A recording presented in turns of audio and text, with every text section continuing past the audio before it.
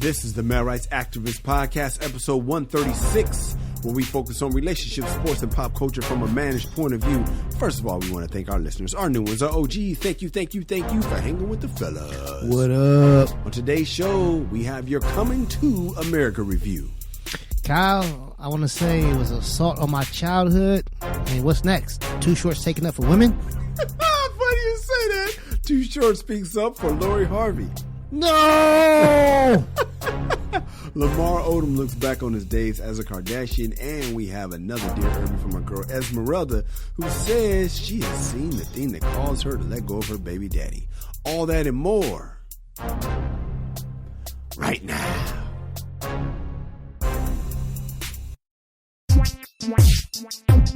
This is the MRA podcast with Kyle and Kamal, where men come to talk and women come to eavesdrop. I am Kyle. I am Kamal. And we're helping you to understand the man you love. And let's start with the front page, man. Kamal, how's it going, dog? Did you have a good weekend? Man, I am having a great week.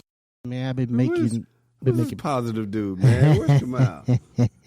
Where's angry Kamal? I've been chilling, man. He ain't around right now, man. I've been making family pancakes and whatnot, man. Oh. Yeah, me and the wife are getting along great, man. We sat there and we watched some TV. You said you watched some Three's Company, right? Some Three's Company, though. Man, I'm surprised they're able to still show Three's Company, man, because times are changing so much, Kamal. You can't even even say some of these things no more, dog. Well, they didn't say a lot of stuff. A lot of their reactions was crazy, man. Mm-hmm. But here's the thing about it. You know, the old school boss, Mr. Roper.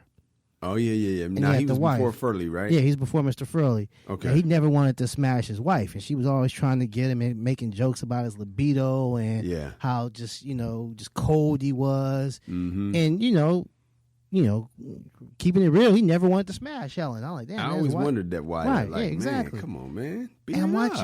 My wife was like, see, you know what I'm saying? Like, y'all talk all that shit. Like, you know what I'm saying? After a while, y'all don't want to have sex. And so I'm watching this stuff, man. And in one episode, Mr. Roper's interested in this investment idea. Mm-hmm. So he's talking to the guy, like, yeah, I want to get down. And his wife, Helen, was like, as soon as you be a part of it, that investment is sure to fail, Stanley. What? And I was like, that's why he don't want to smash his wife. That's hilarious. That is why. Like, all of those little, just those digs about him as a failure in life and all of that. It's like, I'm supposed to catch wood? I'm supposed to get excited? Like, no, I despise you. Whatever shortcomings that I have, you amplify them by your fucking your criticisms and disses. It's like, dude, I own this motherfucker building. I'm over there, the maintenance man and all that shit. I'm handling all the business. You sit around reading books all day. Wow. You should be on my tore my dude down. No, in front of company, in front of people. Ladies, come on. This was not like, pillow talk. This is in front of everyone. Oh, ladies, come on. You got to understand. Let me tell you something. You know why the dude is always, creeping with the secretary or creeping with the waitress? You know why dude's always attracted to the waitress? Because of the way she treats him. I'm telling you, that's what it is, man. Ladies, y'all always think, I think it's because y'all are so used to people trying to smash your entire life. I think you get a little spoiled. I think they get a little spoiled, Kamal. Yeah, they don't realize that shit, what it does to like a dude's psyche, man. Yeah. It's like they say dogs are man best friend. I'm not about to compare you guys to dogs, so don't worry. Don't get mad and get ready to text Kamal. Whatever. No, because I'm not comparing you guys to dogs. No. But when the man gets home and the dog is like happy to see him and all that shit, like, oh my gosh, that's what I do. So back in the day, he was labeled as a man's best friend. Man, just appreciate no matter where the fuck I do, how bad I fuck up, no matter what. Man. I could be homeless and my dog is right here. This is my best friend, you know. Man. And a lot of women, they don't feel they need to jock a dude like that. They don't, and it's okay, I guess, if you don't want to jock a dude, but a lot of y'all just do the opposite of that. Okay, you don't want to jock him, but why you got to tear him down constantly? Yeah, you know what I mean. It's just crazy, man, and it's like Yeah, what you just said is perfect, man. And I don't understand how we got to that of just bring you down. But how can a woman jock a dude that has disappointed her so much? Come on, what is she supposed to do? Well, I think words of encouragement. I know for me, man, every time that I was down in the dumps, it was, I got two different scenarios. One scenario, when I was down in the dumps, somebody telling me that it was my fault and I didn't listen to them, and if I would have did that, things would have looked up. Yeah. Another scenario is it's okay, it happens. You get it next time. It wasn't meant for you. Yeah. I'm with the person who came up with the latter. You know what I'm saying? It's just that, when a man is doing, anybody is down, they don't want to hear, especially immediately afterwards, that it's their fault. We can analyze this, tomorrow, after the next day, a week or two. But don't nobody want to hear it's their fault. That's why athletes be snapping on these reporters after the game, sticking a microphone in their face. You missed the free throws, and if you made these, you would have won the championship. Do you feel you let the entire organization down? Like, man, if you don't get the fuck out my face. It's not the time for that. This ain't the time. This ain't the time, man. So I think that, just words of encouragement. Now, I understand some people are snake bit and they fuck up constantly. They can't do shit right. So what are you supposed to do with that? I still say, man, be as empathetic as possible. Absolutely. You don't have to be mean.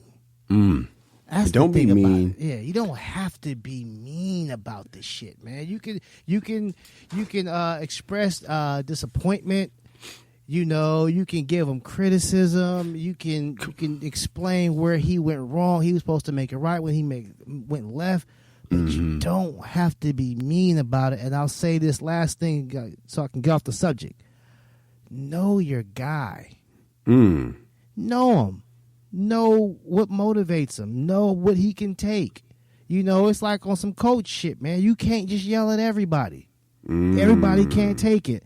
Some people, like, they were talking about the Chicago Bulls. Dennis Rodman got to go out after a game and go to Vegas. Scotty Burrell couldn't do it. No. Because you don't need that shit, homie. You need to be right here, get yelled at by me. Dennis needs that shit to come back and perform on Thursday. We need that. So you have to know your personnel, man. You have to know your guy and know what motivates him, know what makes him tick, know how to get the best out of him. You can't just treat him like you treat everybody else. If you're a nagger and you notice nothing positive comes when you nag, you don't compound the shit by more nagging. Exactly, man. Let me tell you where it comes from, Kamal. It comes from blame. Ladies, you got to watch who you're blaming your stuff on. People in general. Don't blame anybody for your problems. Sometimes, ladies, it feels like you blame your man for where you are. And so in for the case of the Ropers, I believe she had an imagination of what she wanted her life to be. And because ladies, a lot of times you'll have an imagination. And if it's not what you want it to be, you have to find someone to blame. Now, I would say, fellas, to be a man at all time, you should always blame yourself. Ladies, for you too, blame yourself. But it's so much easier for us to blame somebody else. So, and speaking of blame, Kamal, President Trump is blaming his loss on Jared Kushner. According to his inner circle, Jared Kushner, who is his son-in-law, was once President Trump's chief advisor. All right. But President Trump needed somebody to blame after he lost. And it sounds like, according to reports, that Trump has been telling people in his inner circle that he's furious with Kushner over the election loss. Now, here's a problem with that, Kamal. Ivanka, that's his Boonopolis right there. That's his daughter that he's so close to. How does that work out, dog? It works out. It works out because of their dynamic, man. Their dynamic is not the typical father-daughter, father-son-in-law relationship. Mm-hmm. All right, they have to, everything revolves around Donald Trump and his his world, in his mind, in his life. Yeah, everything is dedicated to him. He needs constant praise. He needs to be thanked at all times. He needs to be told that he's doing a great job. Did you see what Arsenio said? Trump. Right. We'll talk about that later. But yeah, just it's sorry to tease so early, but Arsenio Hall was on Jimmy Kimmel and he was talking about how I guess President Trump was his at the time before he was president was his. I don't know, what was his mentor in The Celebrity Apprentice? Well, yeah, he was on The Celebrity Apprentice, and so I guess whatever successes Arsenio had, he was doing an interview and he didn't mention Donald Trump or whatever. Mm-hmm. And so Donald Trump sent him a text message with no just Trump? a handwritten note like did not thank Trump or something like that. This is before he had political aspirations. That's who this man is. Yeah. And so when he fails, it's no self-reflection. No. It's somebody else's fault. And when I succeed, it's all me. All right, guys, now it's time for the lesson of the day. Hey, listen, I don't care who you are, fellas, ladies, everybody. You have to understand, don't be that person. Don't be the person that thinks everything's great because of you and everything's wrong because of somebody else. Trust me, it should be both you. It should be, if you did it, great. But if you failed, it should also be you. Because then that's how you be a man at all times, man. And ladies, that's how you be a woman at all times. And we come back, we have some feedback. After that, we have a post-nut story from a woman who got her groove back with the wrong man. What happened? We'll tell you all the details soon. It's the MRA Podcast. Hey, what's up, guys? I sure hope you're enjoying the show. If you like it, I invite you to go to our website, themrapodcast.com, and catch up on over 100 episodes that we have in store for you. You ain't working. You might as well check us out. And if you want some more, go over to The World According to Cheryl and check me out on Cheryl Underwood's podcast. We post content there every single day. We have her normal radio show labeled SUR, and then the Cheryl Underwood podcast, where we get in her personal business every Friday. Then on the weekends, we have the specialty shows that range from Late Night Cupcake to Auntie Cheryl's House Party to our gospel show, Spiritual Nourishment. You gotta check out The World According to Cheryl, even though I ain't on it. We got some feedback, homie. Do we now? Yeah, man. You said the boy was smart, man, but my son came for us, dog. He let us have it. He said, you know how old you and Kamal sounded saying getting left on red is a foreign language to y'all. I'm disappointed. Now, for those of you who missed last week's episode, I'm really mad that you did. It was good. Go watch it. Go listen to it. It was really good. Kamal, I'm blaming Kamal. See, I just said blame yourself, and right now I'm pointing the finger. It was him. It's all him. He's the reason why we sounded old. It was Kamal. I take full credit. There you go. Being a man at all times. What'd you say, man? Do you remember what it was? I don't know. We were talking about Tyrese, and he was doing a humble brag about how all the, some woman invited him to a vegan sex party, and he left it on red. And yeah, honestly, I'm a little disappointed in yourself, and I sat there straight and telling us what this shit actually means. You'll be disappointed in us. We'll be disappointed in you. I still don't know what it means. Educate me, youngster. Left it on red means that you read it. You let them know you read it. I guess on Instagram, there's a way that if you read it, they can tell that you read it. So I think that's what it meant. Yeah. But yes, son, next time you hear her say some stupid shit, don't just call us out.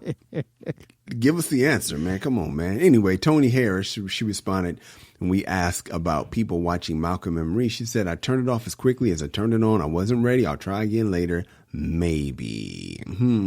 Thanks a lot, Kamal. When we come back, we have a post-nut story from a woman who got a groove back with the wrong man. What happened? We'll give you all the details next. It's the MRA Podcast.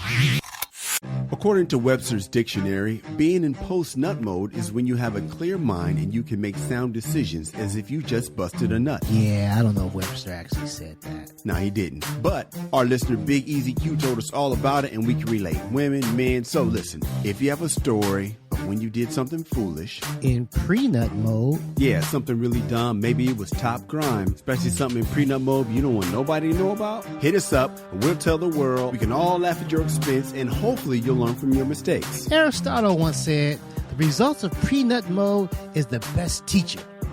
I think he said some shit like that. Send us your stories at dearerby@themrapodcast.com. That's dearerby@themrapodcast.com. And now it's time for a post-nut mode story, only on the MRA Podcast. Okay, this one is from Michelle in Ontario, California. She says, hello, boys. I cannot tell you my real name, but you can call me Michelle. I moved to the Ontario area from Atlanta. I have family out here, and I came after my husband and I split. I did not know anybody here, and a very nice woman who lived 2 apartment buildings down became my friend. I met her when she would walk her dog past my apartment building. I would always be outside reading my book. We got really close, and before I knew it, we were the best of friends. We bonded over conversations about our grown sons, reading, and our exes. Everything was fine until her youngest son came home from college. I've never been into younger men, but this boy was fine. We started talking, and before I knew it, he and I were doing it. I'm embarrassed to say, but that little man gave me my groove back. I told him he could not tell his mother because I knew she would get mad. I know I would be mad if she started an affair with my son. My little boyfriend ended up telling her because he said he never kept secrets from his mother. She never spoke to me again. Michelle in Ontario, California. Come out. Who's wrong? Who's foul in this story, dog? Set her straight. They both foul, but if I had to do like on the scale, I would say the son is more foul. The son is being loyal to his mom, though. But here's the thing about it, man, because I reread this, like 3 times. Yeah. And he says he doesn't keep secrets from his mom. I get that. Mm-hmm. But I don't buy it. Now, you don't lie to your mom, but it's a bunch of shit. Your mom doesn't know every single thing about your life. Now, if she asked if she was suspicious, hey, man, was you smashing Michelle? I can't lie to my mom.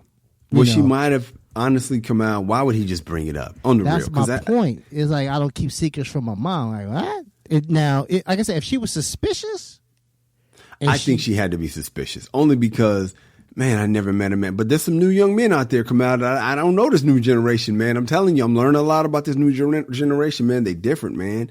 And I hope that he didn't just spill the beans because he doesn't keep secrets. I hope guilty, like, your friend's wild, like what? Just out the I blue? hope she was suspecting something and cornered him and he came clean. Well, if that's the case, then I understand it. You know what I'm saying? I understand that, especially if he doesn't lie to his mom. Yeah. However, I don't know if I agree with that philosophy. My mom ain't supposed to know everything about me. Man, your mom and your wife is the same person. Sometimes you got to lie to keep the relationship good. We come back. Too Short speaks up for Lori Harvey. We'll explain it all next at the MRA Podcast. Hey guys, if you're digging the show, then please tell somebody. People might say something to you like, hey man, what podcast you listening to? And that's when you say the MRA Podcast with Kyle and Kamal. Or the MRA Podcast with Kamal and Kyle. Kamal, I was very shocked at this story about Too Short speaking up for Lori Harvey, only because Too Short is known for his lyrics that many will call misogynistic. Very much, a lot of bitch is his favorite word. What's my favorite word? Bitch! Why they gotta say it like short? But when it came down to looking misogynistic, it actually fell down to Little Boosie. Now, let's just talk about this. A lot of people have been talking about this, and it's kind of crazy how a story can get so much legs when it's just a comment.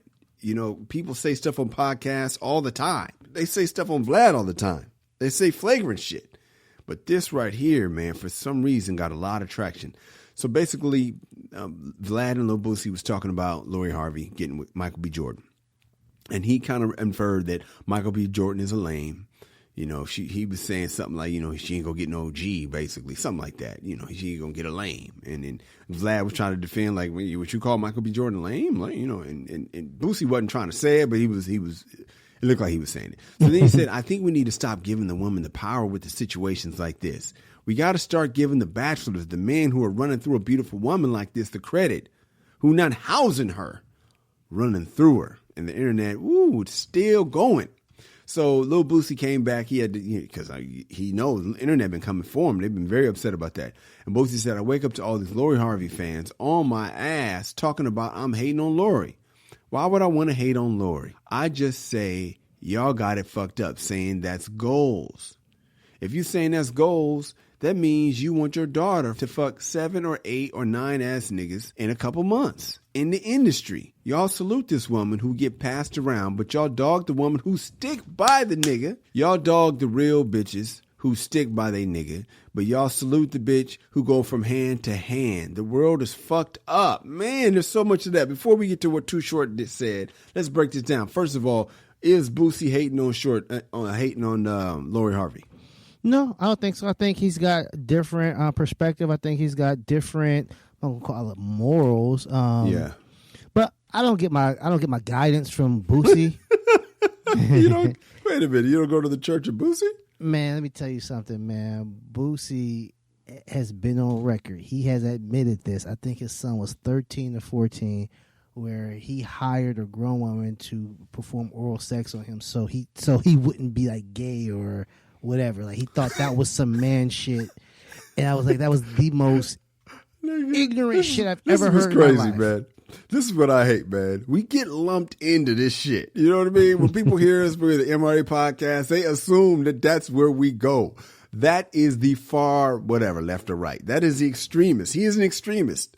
We're on maybe the same side of the spectrum, but he's way over there. Oh yeah, he's at the cliff dangling. That motherfucker's like hanging on by his pinky.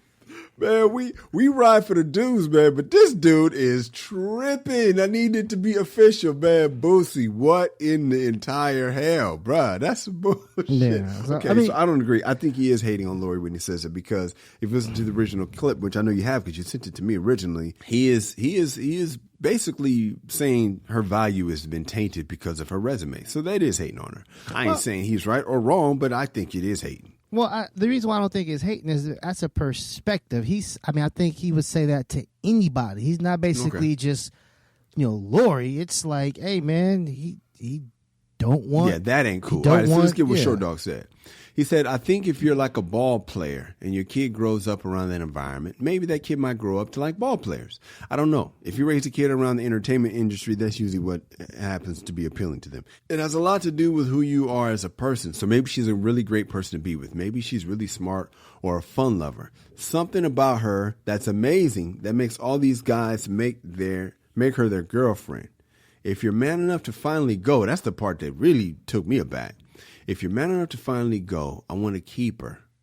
The one that everybody wanted. Then you keep her. Ooh, Short Dog. I don't even recognize this guy, Kamal. How do you feel about his comment? Again, it's a different perspective. And it's hard for me to disagree with Short on this one. Very hard. It opens up my eyes to a lot of things, man. Like the Kardashians and stuff like that. It definitely opens my eyes. Like, oh, okay, if you grow up around this stuff and this is what you're attracted to and this is pretty much all you know, I can't get mad at that, man. I've heard that perspective from women who have been accused of being cleat chasers. They'll say something like, well, I was an athlete too, so I liked athletes. I've heard that before from more than one person. Because, as guys, we tend to get frustrated with women, even though both of us were athletes. There's a stigma to women that only mess with athletes, if you know what I mean. Well, I've never had the woman who would look at me as an athlete, so. He was a fool, man. He's straight up ignorant. I never had, like, the athlete, cleat chaser. You never had that problem. He was like, oh, you play sports? Oh, you play? Well, technically, yes. I didn't see you out there today. That's because I was supporting the team with my warm-ups on. You didn't come to the JV game. See? You got there too late. We play at 3. You got there a little too late. So what you need to do is ditch 6th period. Out. Yeah. Hilarious. Ditch 6th period to come to the gym.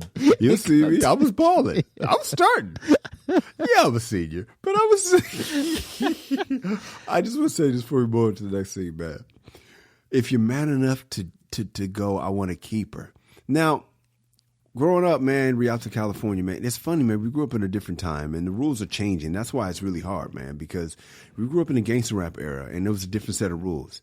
I'm going to tell you, man, I always envied the guy that did not care, that could be with a girl he liked and didn't care about her reputation. I always envied that guy, Kamau, because I tell you right now, couldn't do it.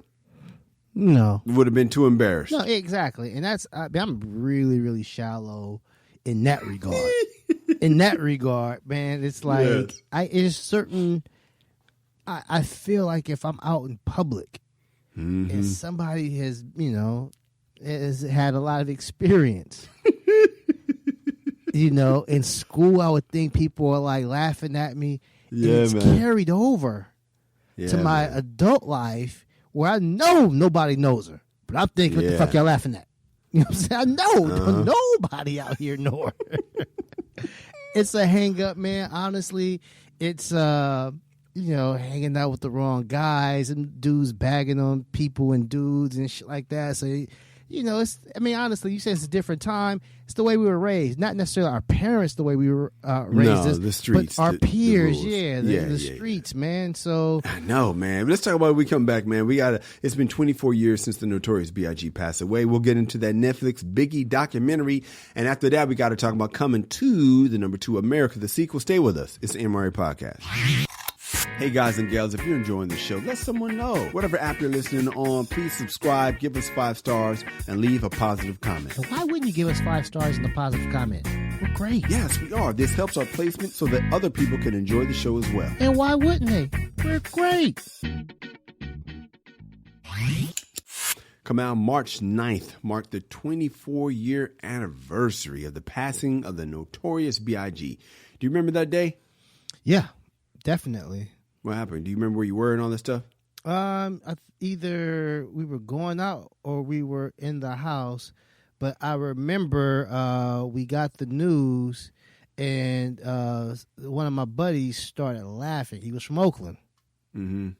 And so this was after the Tupac murder. Oh, wow. And so I remember he started laughing. That was like a weird response. But like I said, he was from Oakland, and at the time, Tupac. He had picked a side, and I remember at the time there was rumors. It was before the internet, obviously. Yeah. But there was rumors that like E40 was saying like Biggie can't come to like the Bay Area and all of that stuff. So it was toxic. And like I said, my boy had he was from Oakland. Yeah. And so he thought the shit was humorous. Mm-hmm. I was just like stunned. And it was the same way when I found out Tupac died. It was just like, oh. Yeah, it's crazy, man. Yeah, it's like, wow, this shit is, because at the time, rappers didn't really die. Easy had died, but Easy had died of AIDS. But prior to that, rappers weren't dying. They were like Superman to us. Yeah. Yeah, I remember that day too, man. Erica called me, man, and I was like, what is the deal? It was early in the morning. She was like, you're not going to like this. Because Big was my favorite rapper, man. Oh, was and it? She told me, it just came back to me. I had this phone that looked like a car phone that was in my room. I was at the crib, living at the crib. And I just remember it just came to me right now because I remember the phone I talked to her on. It was a black phone with numbers on the back. So weird. It looked like a car phone. Anyway, so I just saw my room. I just remember my red sheets and Michael Jordan on the door, and like it just all came back to me right now thinking about when she called me and that feeling of like heat of like, oh my God, you have to be kidding me. So Netflix put out a documentary on the day on his life, and it managed to speak about many things. Now I was a Biggie fan. I did not know a lot about Biggie come out. I knew pretty much everything in the documentary with the exception of him rhyming as a kid. Oh. Because I remember when he came out, and the reason why I never really respected the guy like that as an MC when he was alive, is because my recollection, they asked him how long he had been rhyming. He said like 3 years. I was like, what? Get the fuck out of here. You know what I'm saying? Like this guy, because I think it was after his first one dropped. And he was saying like he asked some guy who was his favorite rapper, and he started naming like Rakim and all these guys. He goes, see, man, I want you to say me. I want to be to a point where I'm people's favorite rappers. And I think it was the same interview they asked him like how long he'd been rhyming. He's like 3 years, and I was like, what? So I didn't even honestly. I thought that he was one of these people who weren't rappers per se, but he was like a drug dealer who wanted to slide over like 50 Cent. Yeah. You know what I'm saying? So I'm like, he doesn't even respect the craft, man. And then like look at this documentary. I was like, oh, he was rhyming like since the 3rd grade. So I guess he meant, when did you start rhyming for real? Yeah. When did you start rhyming like a recording artist? Yeah, but it was that was eye opening. Like, oh man, they got old. You know, they got him walk up the stairs with the flat top like in the 80s and shit. Yeah, rhyming. man, looking like an 8th grader. Right. I'm like, oh my gosh, dude. I had this guy pegged all wrong. Thank you. I'm glad you did, man. I was impressed that he had a mentor, Donald Harrison, who I never heard of, and he was a jazz guy, and he played people like Art Blakey and Art Blakey, Miles Davis, Lena Horne for him, and this guy and this touched me, and probably because of the fatherhood angle. Because I did not know. I knew Big talked about his. He always talked about his moms and he talked about his pops not being there. And he said, that what took the easy way out. I didn't know why he took the easy way out. Didn't know pops was married. Didn't know that. Didn't mention that one. That was eye opening. But it always touches me when somebody steps in as a dad. And this man, Donald Harrison, used to take Big to the movies. Used to take him to museums. Opened up his mind outside the hood. Because he was thinking about grooming Big into a jazz artist. And he just said that Biggie was so talented, man. And I didn't know your boy, man, because you told me about Big Daddy Kane's DJ. I didn't know it was Big Daddy Kane's DJ who, because Big Daddy Kane put on Jay-Z, and it was Big Daddy Kane's DJ that passed Big's tape to the source. So I thought that was pretty cool, too. Oh, yeah, Mr. C was definitely instrumental in getting Biggie on. And you know what I noticed? And this is tough, man. This is for everybody who wants to mentor. Is when the gentleman got to a point where he wasn't listening to me no more. That hurts. It's hard for anybody who means well to compete with a motherfucker's peers. I mean, it's really hard to compete with them, dog. It's really hard because you're in school with them. You have to walk home with them. Your peers, or those are the people who's, you're trying to appeal to them. You don't want them to dish you or call you lame or any of that shit. You're trying to appeal to these people. The older guy is giving you guidance. Yeah, but he's the older guy. Come on, you coached, right? Haven't you been a coach? And exactly. And it's like no matter what you say to these guys, man, a lot of it, you cannot compete. You can't with the big homie. I remember when I was coaching at Manual Arts High School, and I love my players, man, and probably too much because I was naive. You know what I mean? I was new into the coaching game, and so I really cared, I think, too much. And some would say you can't care too much, but I really did, man. And I remember when the streets took them back, I was hurt, man. I was just like, what? Like, a couple of my players just quit. Like, what do you mean you quit? Well, the prom's coming up. The dance is coming. Yeah, it was a prom. Prom's coming up and I need money. Like, what? Like, no, it wasn't prom because it was homecoming because it was football season. Homecoming dance is coming up and I need money. So I quit the football team. I don't understand that. That made no sense to me. I was just like, wow. Well, yeah, it's a different environment. The way, from where we grew up in, it's tough, dude. Everybody who I coached, who had one foot in, sports, one foot in the streets, wound up both feet in the streets. And eventually, or I mean, like soon after. Very, very soon after, man. So when I watched that was Donald Harrison speaking, was like, yeah, he just wasn't listening to me no more. I couldn't get to him. I couldn't get him on the phone and all that. It's like, I know that, man. I know that feeling. And the person you remember, he sees a kid still, the 12-year-old, the 11-year-old. It's like, man, he's gonna, even to this day. Yeah, he sees him as a kid. That's the Chris. kid, little Chris. Yeah. But like Chris is trying to be cool with the neighborhood kids. The neighborhood kids ain't never listening to you. They was never listening to you. You never had a shot with them. No. Yeah, man, it sucks, dog. Hey, man, that is sad, man. We come back, man. Kamau and I are going to tell you what we thought about Coming to America. I enjoyed it, but I'm telling you right now, I don't think Kamau did. We'll talk about it next at the MRA Podcast.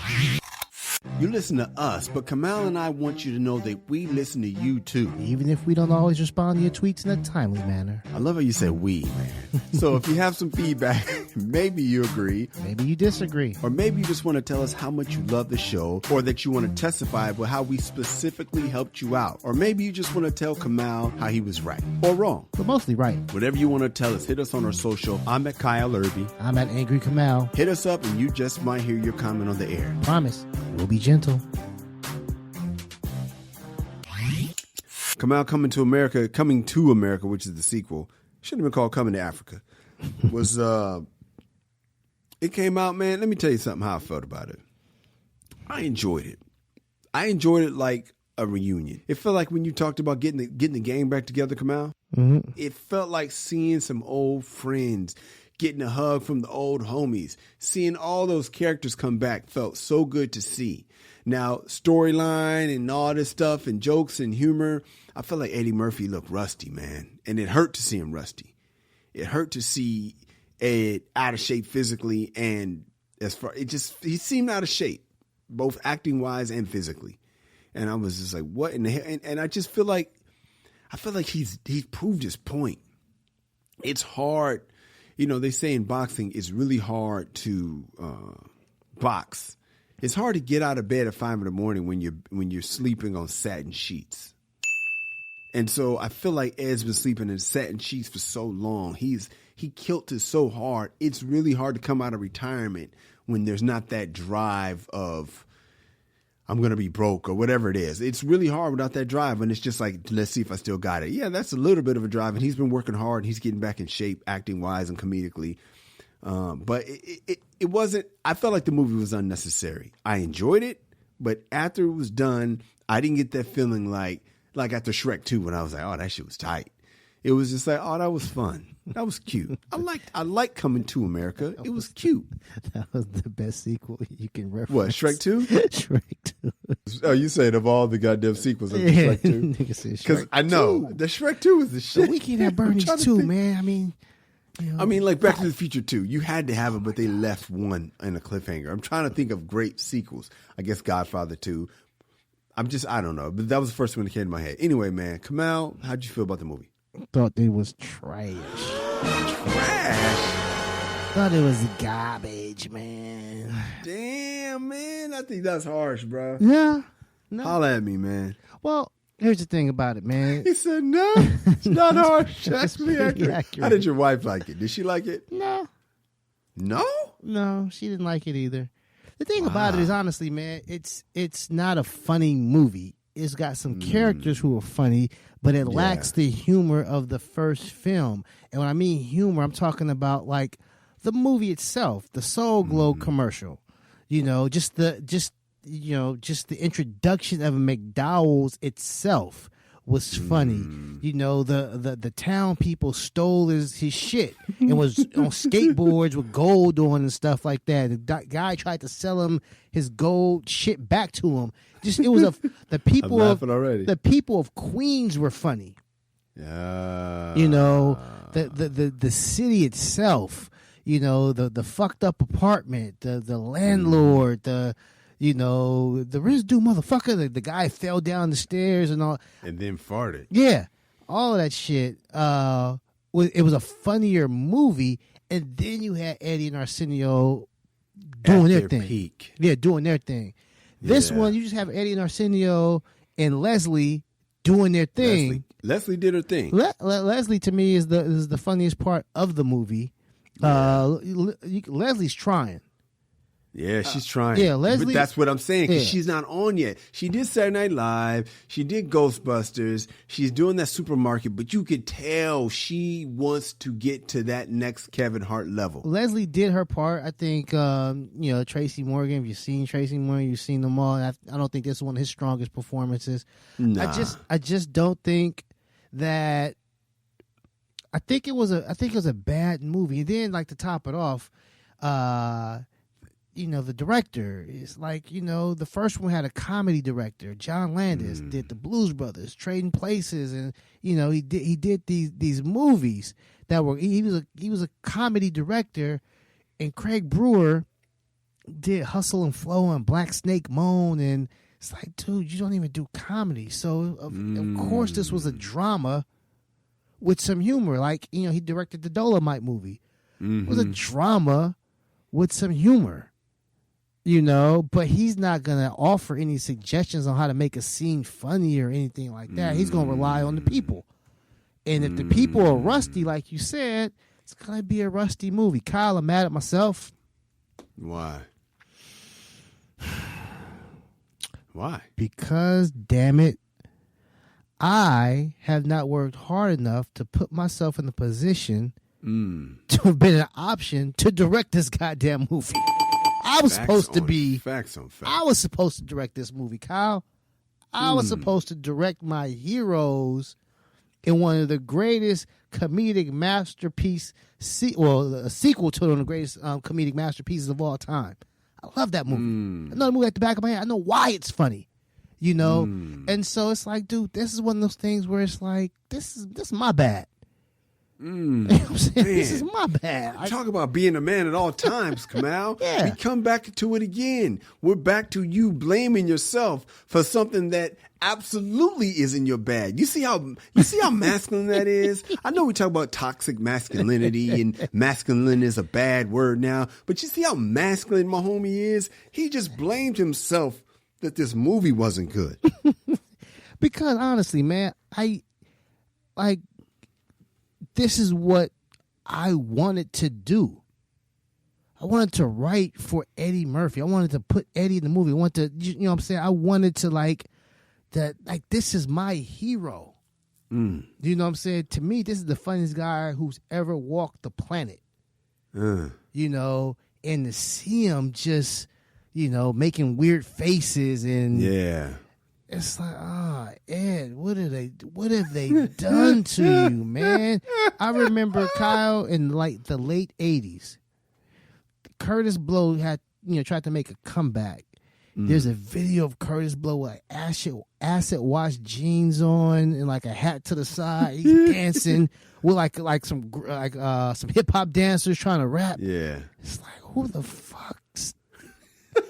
What the fuck is Curtis Blow doing? Like, what the fuck? Who allowed Curtis Blow to put this shit on, trying to look like he's 22 years old? Oh my god! To try to be fly and try to be relevant. Like, oh my! This is like in the 5 Heartbeats when Flash is with the 4 Horsemen. Yeah. With blonde flat tires. Like, what the fuck is Flash doing? This is how I feel about Eddie, man. Like, what is Eddie doing? But the good thing about this whole thing is, at least I can go to my grave knowing that they won't fuck up the memory of Harlem Nights. Oh my God! Thank you, Jesus. Thank you, Father. When we come back, Lamar Odom looks back on his marriage to Chloe. Is he making a mistake? We'll find out next. It's the MRA Podcast. Guys, I have a comedy album. It's called Be a Man at All Times, and it's on, what's it on? Oh, Spotify, iTunes, or wherever you stream your content. It's a damn good comedy album. I appreciate that, man. There's stand-up on there. Kamal and I wrote a whodunit mystery called The Case of the Missing Balls. That's on there. Based on a true story. Check out the album. Show your boy some support. And you can buy it on iTunes. Keyword buy it. Stop streaming. Lamar Odom was watching his wedding to Khloe Kardashian. How weird is that, Kamal? He got married on TV, and so he's sitting at the crib. I don't know if he's flipping the channels, but he looks and his wedding's on TV. How weird is that? A woman you were in love with and you married, your wedding is on national television. So he rolled tape. Somebody taped him on his Instagram, and he's watching it, Kamal. And if you watch the clip on his Instagram, Lamar, or just Google Lamar Odom watches his wedding with Khloe. Man, he looks sad looking back in the past. I mean, if I'd have known better, come on, I think that man got a love Jones still, man.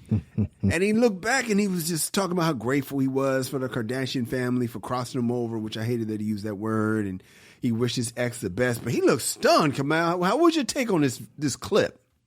I'm thinking he's looking at himself like, how the fuck did I allow myself to be married on that? How the hell did I let them talk me into this shit? What the fuck was I thinking? I don't think he was thinking that, Kamal. I'm hopeful, man. I'm hoping he's looking at himself like, man, fucking with this chick. I was on the pipe and all this shit, man. I was on life support, man. What the hell did I how did I get caught up in that shit? I know the feeling of regret, man. I just hate to see Lamar go out like that, man. I mean, he's not my hero, but you want to see your heroes looking bad? I don't want to see you going out like that, Lamar. Don't ever watch that again. We come back, Mike Tomlin speaks out on the lack of head coaches, a lack of black head coaches in the NFL. But Shannon Sharp, and I'm not calling him the great empowers for Shannon Sharp, calls him out. Then we have another Dear Erby from our girl Esmeralda. She's been dealing with the same man for 10 years, and she says she's finally seen the thing that made her say it's really over. What happened? Find out soon in this MRA podcast. Hey guys, what's up? If you're enjoying this show, do us a favor and donate to our Patreon. Word. Just go to www.patreon.com. That's Patreon.com and make a donation to the MRA podcast of Kyle and Kamal. Word. It's that simple. Listen to the show, love the show, share the show, break the show off with some dough. Bars. Pittsburgh Steelers coach Mike Tomlin said there needs to be more black coaches in the NFL. He is a black coach if you did not know. He said, I don't have an answer for you is how to make it better. The optimist in me says things will get better, but there's no evidence in the recent cycles to back that up. Without evidence, all we have is hope. We just haven't been able to move the needle. Well, Shannon Sharp thinks he knows exactly how to move the needle, and he thinks Mike Tomlin should do what Kamal Abdul-Jabbar has been doing, and that's own up. He says the problem is on people in power like Mike Tomlin. Shannon Sharp tweeted, Mike Tomlin is in position to hire black coordinators, and he hasn't in 14 years. I'm not going to let him throw stones at everyone else. Kamal, how you feel about this comment? If he has a hand in picking his coordinators, if he's at that point in his career where he could pick his own coordinators and he's not choosing any black coordinators, then yeah, that is on him. A lot of times, though, it ain't up to him. Yeah. You hired to coach a team, and somebody else, the GM/owner, is going to fill all the other roles. You just coach what I got you. Yeah. And so I don't know where Tomlin is. I don't know. I know like Andy Reid's picking his own coordinators. You know what I'm saying? Yeah. I know certain people. I know Belichick is picking his own coordinators. I don't know if Tomlin's at that level. He should be. If he is at that level, is it shame on Mike Tomlin? Definitely. Definitely. If he's gonna Shannon, like the great and powerful Hall of Fame tight end, former Bronco great Shannon Sharp said that if you're gonna throw stones, homie, what have you done? Now Mike Tomlin is like, well, I've just been an excellent head coach. You know, I've shown that it can be done. Shown that you can win with a black coach. I've done my part. Absolutely. When we come back, we have another Dear Erby from our girl Esmeralda, who says she has finally seen the thing that caused her to let go of her baby daddy. What happened? Find out next at the MRA podcast. You need some advice in your relationship and can't afford a therapist? Yeah. Hit us up and we'll get you through this. We won't even charge you a copay. Exactly. The Dear Erby letter is our longest standing segment on the MRA, dating all the way back to the webisodes. This is where we truly save relationships one listener at a time. We've saved marriages. Encouraged divorce. Taught a guy how to please his woman. Encouraged divorce. Yeah, so hit us up for advice and we'll help you out. Send your emails to dearerby@themrapodcast.com. That is dearerby@themrapodcast.com. Let's get into this Dear Erby letter. Dear Erby, I made a decision and deleted him from my Facebook page. If you're wondering who him is, you got to listen to a couple weeks ago because Esmeralda has been with the same dude for a while, 10 years, and she's been complaining about his social media, and you're about to hear another one in this letter. After 10 years, I realized I was never someone he wanted in his life.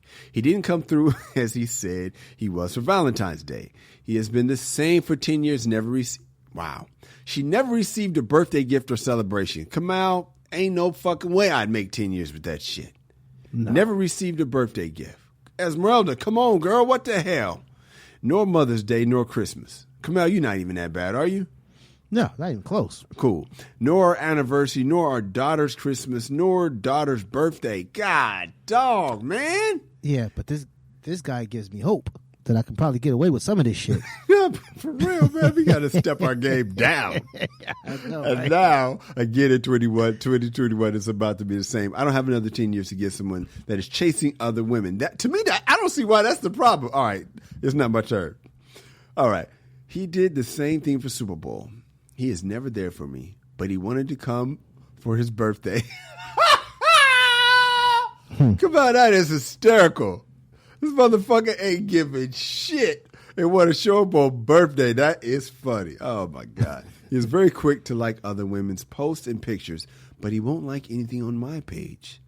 I have no support on him on Facebook or personal support in my life. I deserve better. Oh, you know, I know that phrase, Kamal. I deserve better. And he feed me nothing but negative things. His mother covers for him. They have a weird relationship. On top of not paying child support or for anything, I always take care of us financially. Jesus, Lord, Esmeralda. He will only see our daughter if it is at my house and my expense. He says I'm dumb, stupid, insecure, and fat. That's not nice. And I actually believed him. That's even worse. He says if I only knew how many women want him. LOL. I won't talk to him for a while. Then he will text me and say he loves me and our daughter. The worst happened and I'm lost of options and brokenhearted, and he has no clue. I know the truth. I've been crying for a few days. He continues to carry on his life for these days. LOL. He lied to me and I actually know the truth. And I have proof I saw with my own eyes. I haven't told him I know or confronted him. I feel as if it is probably not worth to say anything anymore. I should just walk away. What do I do? Thank you. You have been great at listening. I appreciate you. God bless you always. Esmeralda and Chino. Kamal, you're up. What did he do? We don't know. Okay. I know. I don't know what the man did for me to Doesn't give. fucking matter. Did you not hear the letter? Does. Like, what did he do? I mean, know. did Wouldn't he that be nice? forget to leave the toilet seat up and she caught him? I don't know. What She did he saw do? something with her own eyes, man. You know what the hell he did. I don't know. I'm gonna defend him. Nah, this is the alcoholic, right? This is the alcoholic who is sick right now. Yes. And Esmeralda has been taking them back, or just been, well, not taking them back, but just been, dealing with it for the past 10 years. Yes. Esmeralda, you have fell victim to something that's been going on for years, as evidenced in the great movie The Color Purple. With Albert was telling Celie how ugly she was and all that stuff. And so what happens is a spouse or a loved one tears you down. It makes it seem like they are the only ones who will tolerate you. Yep. And after a while, you believe it because maybe you were insecure or you thought it yourself and you just needed somebody else to validate it. Or this guy validates it or this girl validates it. And so now you tolerate all their shit because you believe this is the best that it's going to get for you. Right? It's some pimp shit. It really is. It's really, it's manipulation. He must know your insecurities, and so if he says this shit, he takes advantage of it, and you believe it, and so then you just accept all his flaws, even if it's detrimental to your happiness, your daughter's happiness. If it's just fucking up your whole life, you think that this is the best it is for you. When in actuality, this is probably the worst. This is actually the worst. This is like in North Korea, like the Iron Curtain and shit like that, right? They believe Kim Jong-un, their leader, is the greatest thing since sliced bread because he doesn't allow them to see outside of North Korea. So they don't know shit else but what he tells them, what he allows them to see. When in actuality, he's horrible for them. But they don't know any better. You don't know any better. So you believe this man calling you fat and all of this shit. Do you know there are websites dedicated to men who like them a little thick? apps and stuff like that, man. Like these dating what is that? I call them hotlines. These websites. How old are you, motherfucker? 976? 976. You old ass chubby. motherfucker. 1-900 chubby. 1-900. But no, man, there's somebody for everybody. Absolutely. There's more than one person for everybody, actually. Do you know how many lonely and horny men there are out there, man, who just, like we were kids, man, who just want a girlfriend? Mm-hmm. Just like we were when we were kids. Dudes would take anything when they were like 12. Same thing happened at 42. Mm-hmm. You know what I'm saying? Guys, man, a lot of guys just want to be in a relationship, and they will like you and love you for who you are. Right? You are responsible. You holding it down financially. You taking care of your daughter. You know what I'm saying? You obviously know how to take care of a dude. Mm-hmm. You know what I'm saying? So you are what a lot of people would consider a keeper, Esmeralda. Your guy knows this, and that's why he's trying to keep you locked up. In the glass, breakaway glass when he needs you, because he don't want to lose you, because he knows your worth, and he ain't willing to act right, but he don't gotta act right because he got you. Like, well, I turn you, say, I got you. I'm here. I'm pointing to my temple. Yeah, Esmeralda. I'm looking at you, Kamal. They can't see you. Yeah, he's in your head. So because he's in your head, he feels he can treat you any old kind of way. Mm. And what Kyle told you last time, it starts with you. You have to tell yourself you're beautiful. You have to believe it. You believed him. You have to believe like you're beautiful. You have to know your worth and know that you bring value to any relationship. You have to believe it and go into the next chapter of your life with your head held up high. I know it's scary. 10 years, it's scary, but you have to believe when you open up that door and cross the threshold and go outside, it's sunshine. Right now, you're in the dark and you just get like a flicker of sunshine. And you're scared to go outside because you're thinking it's not gonna be any sunshine. No, it's bright as hell outside. And you will enjoy yourself in the rest of your life and leave this guy. I mean, honestly, I don't like people have to tear people down and manipulate them through mental games and all that shit, man. That's just not cool to me. And so I am saying, move on, my sister, and you will not regret it. And don't look back. Because he's gonna weasel his way back in with that slick shit, because he's got you. He's got you in mentally. Mm. You have to overcome that shit, man. It's tough, but you can do it. When we come back, I'm gonna weigh in. Yo, what's up? I'm Kyle. And I'm Kamal. And you're listening to the MRA podcast, where men come to talk and women come to eavesdrop. Kamal, this is the day our show turned into a show that I would have hated. This is why we started the MRA podcast, because this other dudes was doing this shit right here. The man bashing. Girl, you deserve better. I always said I would never say that, Kamal. I hate those shows.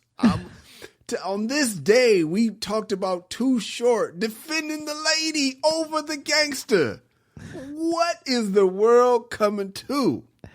And now I'm about to piss off my younger self. Some of these things make me cringe. You deserve better. I still don't like that phrase. I don't believe anybody deserves better. I believe you deserve what you're worth. Hey, what motherfuckers talk about? I could get a better job. I deserve. Motherfucker, if you could, you'd go get that job. So let me get to it before I scare people off. You got to build your worth back up, Esmeralda. You got to rebuild, baby girl. You got to stop letting anybody, I'm trying not to man bash, so I'm just going to make it general. Don't let anybody tear you down. Not your motherfucking boss. Not a man, not a woman, not your bitch ass kids. Nobody gets to tear you down, Esmeralda, or anybody listening to the sound of my voice. Nobody gets to tear you down. You have to wake up and get started building you. And when you build it strong enough, everybody who doesn't line up with you will be discarded. I'm not interested in all the shit he did wrong. I don't even give a fuck. I don't care. And guess who else doesn't care? Apparently you don't seem to care because you've been letting this shit. Not only did you see it for 10 years, you're still asking me what to do after the last thing you saw. And you know the reason why I didn't ask you what you saw? Because I don't care what you saw. It doesn't matter. You're still not done. You're still asking what you should do. Well, I was just asking, should I confront him? Nah, if he was done, it wouldn't even be a question. And I know you're not done because he's in your system. He programmed you. Now you got to reprogram you. It's that simple. Where can we find you? Twitter and Instagram at Angry Kamal. Kamal, I am at Kyle Erby, KYLEERBY, at the MRA Podcast is where you can find us both. KyleErby.com is where you can see some of the commercials I've done and some comedy clips. You know, I say the same shit every week. And if you ever wondered, is this a recording? No, we record it every week. The MRAPodcast.com is where you can listen to, this is my favorite part, Kamal, 136 episodes. Man, that is an accomplishment. Every time we put one up, I try to remember to have gratitude in that moment instead of thinking about what else do I have to do. No, stop right here and say, celebrate that, man. And Esmeralda, you're going to have to do that too. You got to start celebrating the victories as you rebuild yourself. I know you can do this. Check us out on DynastyRadioNY.com. That is our affiliate in New York. And 1073VIP.com. And that is our affiliate in Illinois.